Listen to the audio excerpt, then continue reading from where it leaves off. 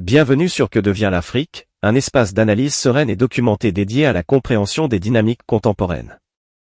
Aujourd'hui, nous proposons un éclairage pédagogique autour des propos du professeur Franklin Nyamsi, qui explicite la métaphore de « l'hiver » dans le contexte géopolitique africain. À travers cette approche symbolique, l'intervenant invite à observer un environnement international en mutation, marqué par des rééquilibrages, des interactions d'influence et des choix stratégiques à long terme. Cette lecture vise à rendre accessibles des mécanismes complexes sans recours à un langage technique, en mettant l'accent sur les enjeux institutionnels, économiques et diplomatiques qui concernent directement le continent. L'analyse replace également ces éléments dans une perspective régionale, en soulignant le rôle de la coopération et de la coordination entre États comme levier d'adaptation et de stabilité. Dans les premières minutes, nous poserons les repères essentiels pour comprendre le sens de cette métaphore, avant d'approfondir les implications structurelles qu'elle suggère. Une invitation à la réflexion, fondée sur les faits et le contexte, pour mieux appréhender les transformations en cours. Le président Traoré dit que l'hiver noir arrive. Ce qu'il veut dire, c'est que une vague et une tentative immense de domination de l'Afrique noire par l'Occident est en train d'être mise en œuvre.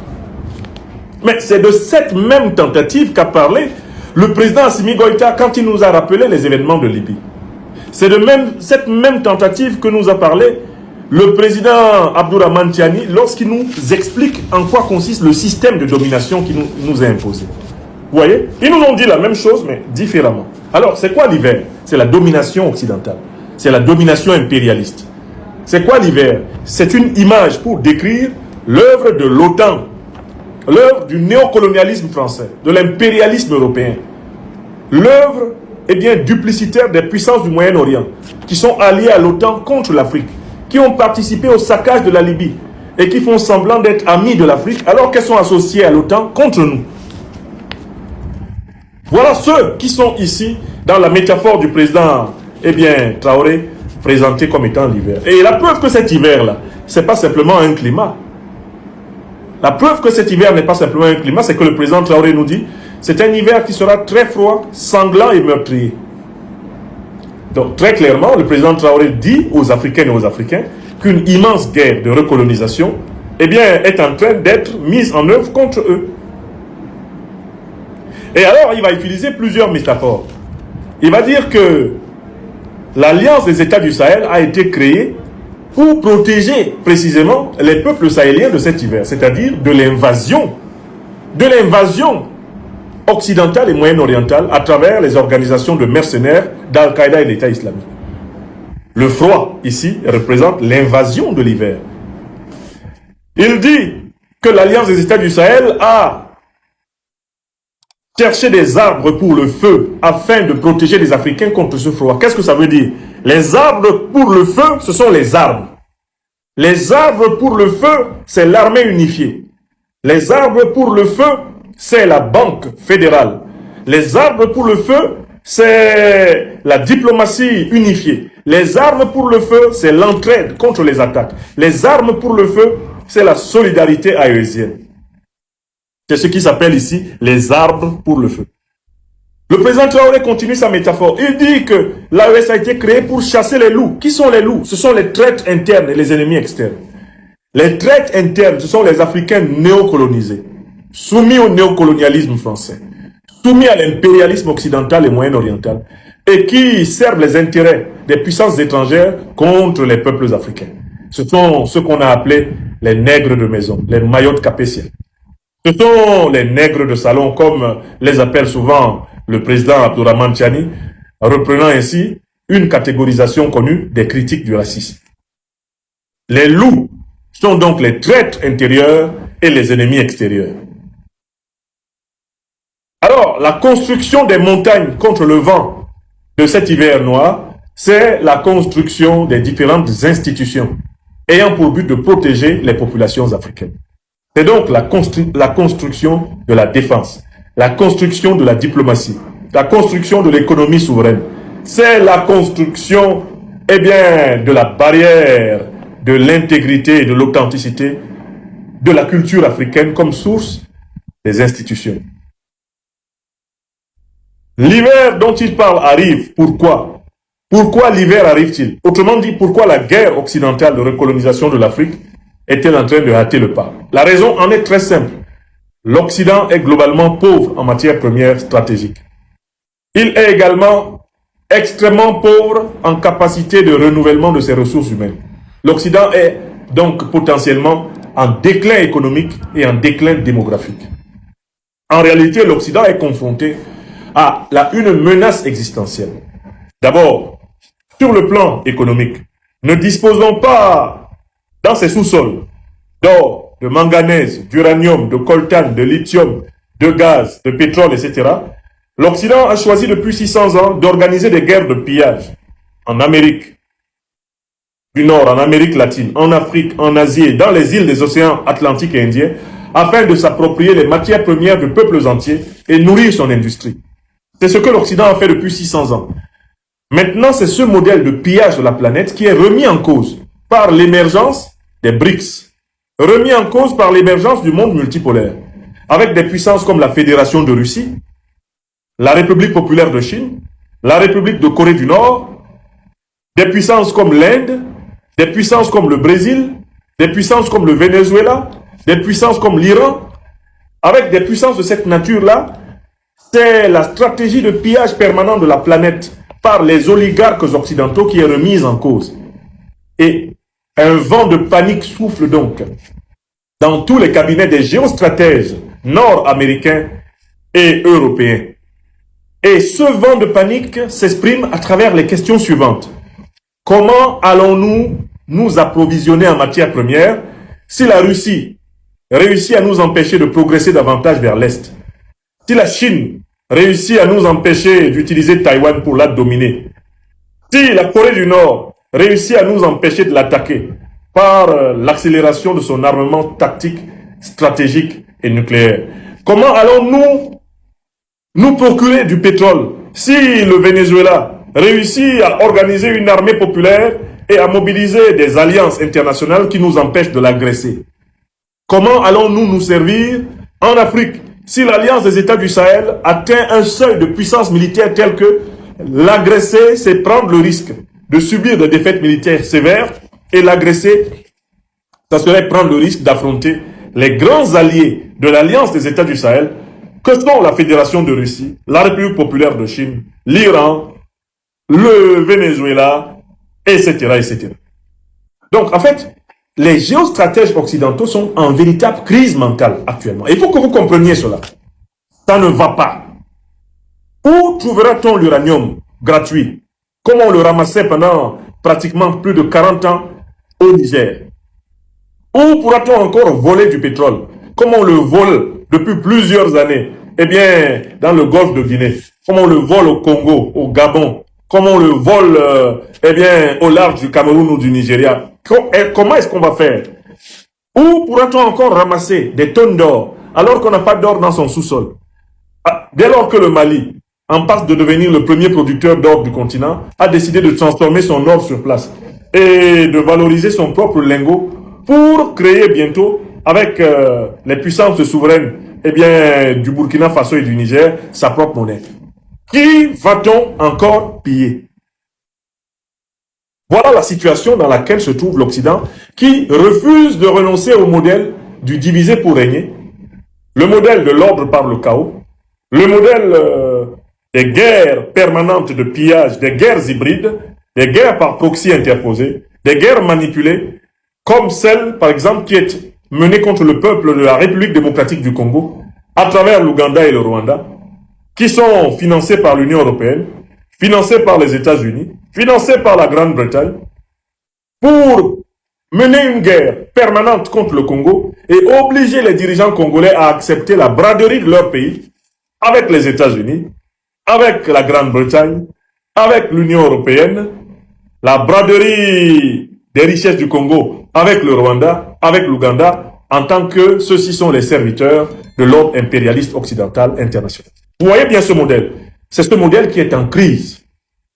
Et voilà pourquoi, eh bien, les impérialistes occidentaux et moyen-orientaux sont décidés à organiser une agression de plus grande ampleur. Incapables de renoncer au modèle de prédation, au modèle de pillage, au modèle de l'ordre par le chaos, ils ne songent qu'à inventer de nouvelles guerres qui leur permettraient d'affaiblir les pays dont ils veulent piller les richesses et par la suite de s'en servir. Si vous voulez comprendre l'origine de toutes les guerres que nous avons dans le monde et qui sont provoquées par les agressions militaires de l'OTAN, eh bien, lisez déjà le beau livre de Daniel Ganser, l'historien et géopolitologue suisse Daniel Ganser, Les guerres illégales de l'OTAN. Dans ce livre sont documentées toutes les guerres que l'OTAN a déclenchées dans le monde et les preuves que toutes les guerres que l'OTAN a déclenchées dans le monde avaient pour finalité le pillage des ressources naturelles du pays agressé. Et les exemples pullulent. Ils prennent depuis la naissance de l'OTAN dans les années 40-50, dans les années 50, jusque dans les années 2020. Daniel Ganser étudie toutes ces guerres illégales et je vous ai parlé dans plusieurs de mes émissions de cet ouvrage. Donc, le président Ibrahim Traoré reste dans la métaphore de l'hiver. Qu'est-ce que... L'analyse proposée par le professeur Franklin Nyamsi autour de la métaphore de l'hiver s'inscrit dans une longue tradition intellectuelle africaine qui mobilise l'image, le symbole et la pédagogie pour rendre intelligibles des réalités internationales complexes. Loin d'un usage littéral ou émotionnel, cette métaphore vise à traduire, dans un langage accessible, les transformations profondes de l'environnement géopolitique mondial et les ajustements stratégiques qu'elles impliquent pour le continent africain. Dans cette lecture, l'hiver n'est ni une saison climatique ni une projection alarmiste, mais une représentation figurée d'un contexte international marqué par des rapports de force mouvants, des concurrences économiques accrues et une recomposition des alliances globales. Le professeur Nyamsi souligne que cette image permet d'expliquer, de manière synthétique, la perception qu'ont certains dirigeants africains d'un système international en mutation, dans lequel les marges de manœuvre se redéfinissent et où les choix stratégiques deviennent déterminants. Cette métaphore s'inscrit dans une continuité de discours observés chez plusieurs responsables africains contemporains. Chacun, avec son vocabulaire propre, a évoqué les contraintes structurelles héritées de l'histoire, les déséquilibres persistants dans les échanges internationaux et la nécessité pour les États africains de renforcer leurs capacités internes. La force de l'image de l'hiver réside précisément dans sa capacité à fédérer ces constats sous une forme intelligible pour le grand public, sans recourir à un lexique technique ou institutionnel trop spécialisé. Selon Franklin Nyamsi, le contexte mondial actuel se caractérise par une intensification des compétitions économiques, une reconfiguration des chaînes de valeur et l'émergence de nouveaux pôles d'influence. Ces dynamiques créent un environnement plus exigeant pour les États dont les économies reposent largement sur l'exportation de ressources primaires. L'hiver symbolise alors une phase de transition, dans laquelle la capacité d'adaptation devient un facteur clé de stabilité et de prospérité. Dans cette perspective, l'Alliance des États du Sahel est présentée comme une initiative de coopération régionale visant à renforcer la résilience collective. Loin d'une logique de repli, cette démarche est analysée comme une tentative de mutualisation des outils institutionnels, économiques et diplomatiques.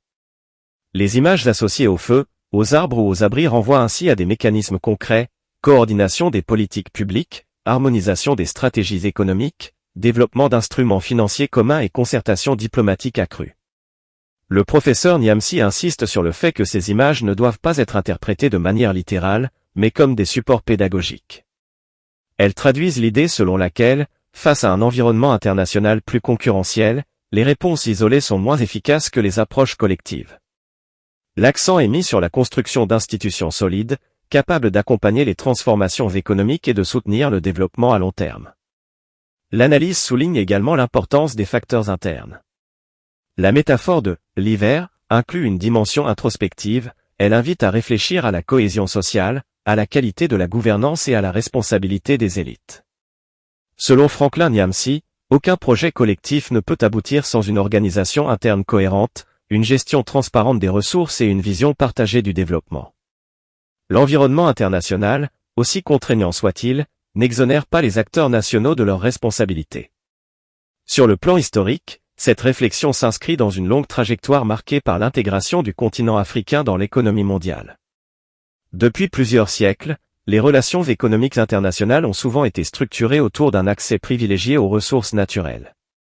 Aujourd'hui, l'évolution des équilibres mondiaux, notamment avec l'émergence de nouvelles puissances économiques, remet en question certains modèles établis et ouvre de nouvelles perspectives de coopération. Le professeur Niamsi met en lumière le fait que ces transformations suscitent des ajustements stratégiques à l'échelle globale. Les États cherchent à sécuriser leurs approvisionnements, à diversifier leurs partenariats et à renforcer leur autonomie économique. Dans ce contexte, l'Afrique occupe une place centrale, non seulement en raison de ses ressources, mais aussi de son potentiel démographique et de ses marchés en expansion. La métaphore de « l'hiver » sert alors à illustrer une phase de recomposition, dans laquelle les États africains sont appelés à définir leurs priorités stratégiques. Il s'agit moins d'une lecture conflictuelle que d'une invitation à anticiper, à planifier et à investir dans des structures durables. L'accent est mis sur la valorisation locale des ressources, le développement des capacités industrielles et la montée en compétence des ressources humaines.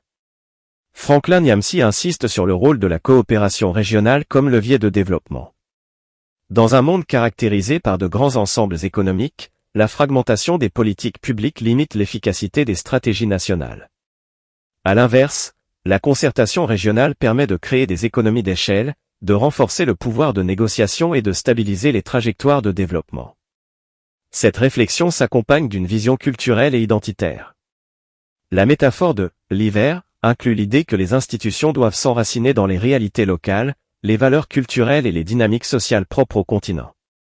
La culture est présentée non comme un frein à la modernité, mais comme une ressource stratégique pour concevoir des modèles de gouvernance adaptés. L'analyse se veut résolument prospective. Elle invite à dépasser les lectures conjoncturelles pour s'inscrire dans une vision de long terme.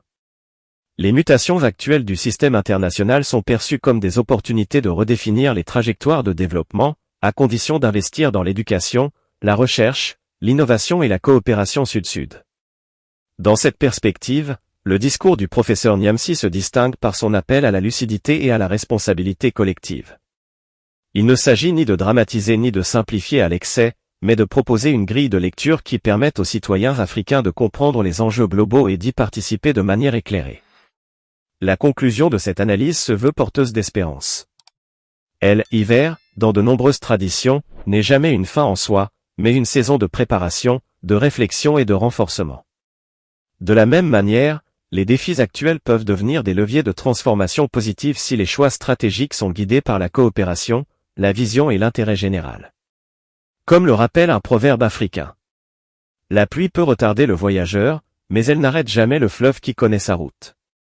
Cette sagesse illustre l'idée que les obstacles, lorsqu'ils sont compris et anticipés, peuvent nourrir la résilience et ouvrir la voie à un avenir construit collectivement.